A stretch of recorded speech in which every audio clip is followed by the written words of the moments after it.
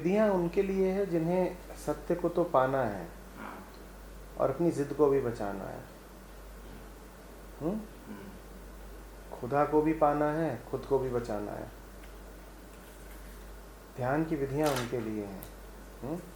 जैसे कि कोई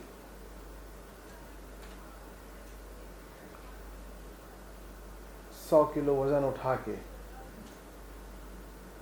दौड़ने का अभ्यास करे और कहे कि बहुत मुश्किल है और मंजिल पर पहुंचने के लिए कम से कम 5 वर्ष का अभ्यास तो चाहिए। बिल्कुल चाहिए 5 वर्ष का अभ्यास, अगर जिद है तुम्हारी कि 100 किलो वजन लेके ही चलना है। अब ये जो 100 किलो वजन है, इसका नाम जिद है, धृति है, अहंकार है। तो एक तो तरीका ये है कि उस अहंकार को, उस झूठी आत्मीयता को बचाए रखें और साथ ही साथ ज़बरदस्त अभ्यास करते जाएं। तो एक दिन सुदूर भविष्य में ऐसा आएगा जब आप 100 किलो का वजन लेके भी आगे बढ़ जाएंगे, पहाड़ चढ़ जाएंगे। और सहज तरीका ये है कि वो जो जिद है उसको नीचे रख दीजिए, सहज ही आगे बढ़ जाइए। वो जो आप चाहते हैं सहज प्राप्य है। तो विधियां उनके लिए हैं जो सशरीर स्वर्ग पहुंचना चाहते हैं। जो कहते हैं कि हमारा काम धंधा, हमारी धारणाएं, हमारी मान्यताएं, हमारी जिंदगी जैसी है वैसी ही चलती रहे और साथ ही साथ मुक्ति भी मिल जाए। तो फिर उनको कहा गया है कि तुम अभ्यास करो, अन्यथा अभ्यास की कोई ज़रूरत नहीं है। तो अभ्यास आवश्यक है या नहीं, वो इस पे निर्भर करता है कि आप में सत्य के प्रति एकनिष्ठ प्यास है कि नहीं।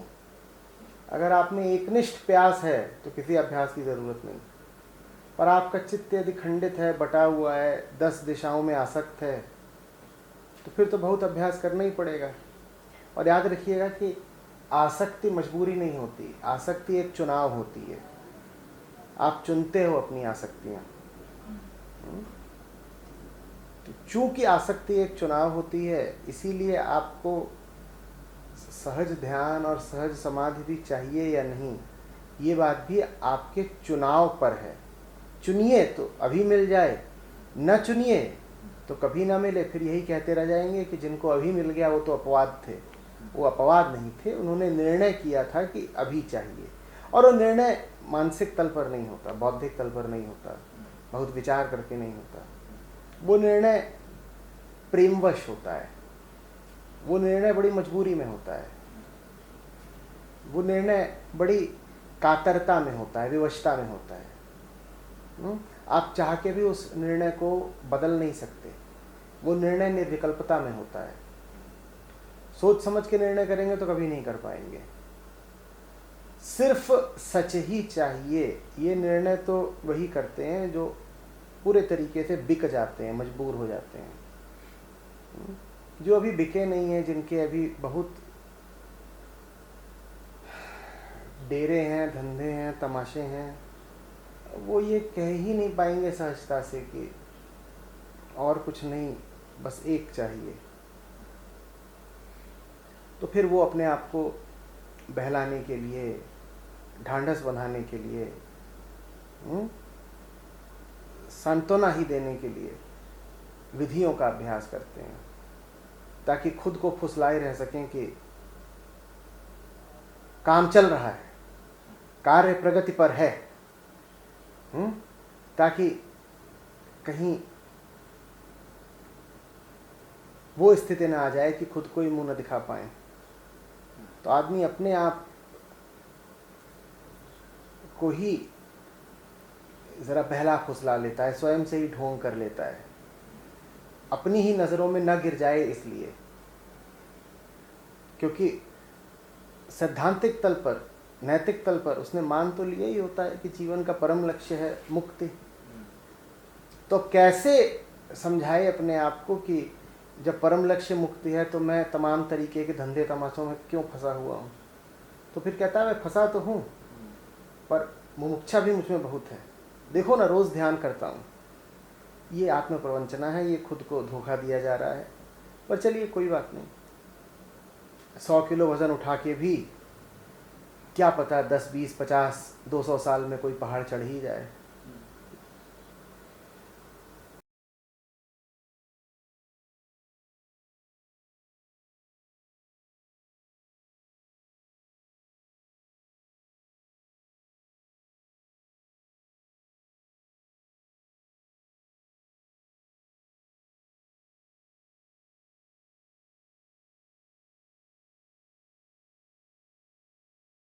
वो तो इस पे निर्भर करता है ना कि आप अपने आप को बच्चा बनाए रखना चाहते हैं या नहीं। समाधि बच्चों का तो खेल है नहीं। बड़े बड़े वयस्क अगर अपने आप को बच्चा ही मान के, प्रकृतिज ही मान के रहेंगे तो फिर तमाम तरह की विधियां चाहिए। बच्चा तो योनिज है, प्रकृतिज है, अभी उसकी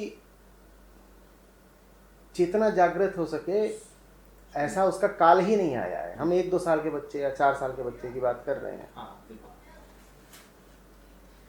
तो ऐसों के लिए तो कोई ग्रंथ, कोई गुरु नहीं कहता कि समाधि संभव है। पर यह उदाहरण बड़ों पर लागू नहीं होता। और बड़ा यदि बच्चे जैसा आचरण कर रहा है तो फिर वो समाधि का ना अभिलाषी है ना अधिकारी। भीतर निश्चित रूप से एक बच्चा बैठा रहता है, पर प्रौढ़ता का मतलब ही यही है कि आप उस बच्चे को पीछे छोड़ आए। तमाम तरह की अपरिपक्व ग्रंथियां भीतर विद्यमान तो रहती ही हैं, पर प्रौढ़ता का, वयस्कता का मतलब ही यही है कि आप आगे बढ़ गए। भीतर जो बंदर बैठा है, भीतर जो शोर मचाने वाला, ऊंधम करने वाला बच्चा बैठा है, आप अब वो नहीं रहे। वो बैठा होगा अपनी जगह, चेतना है।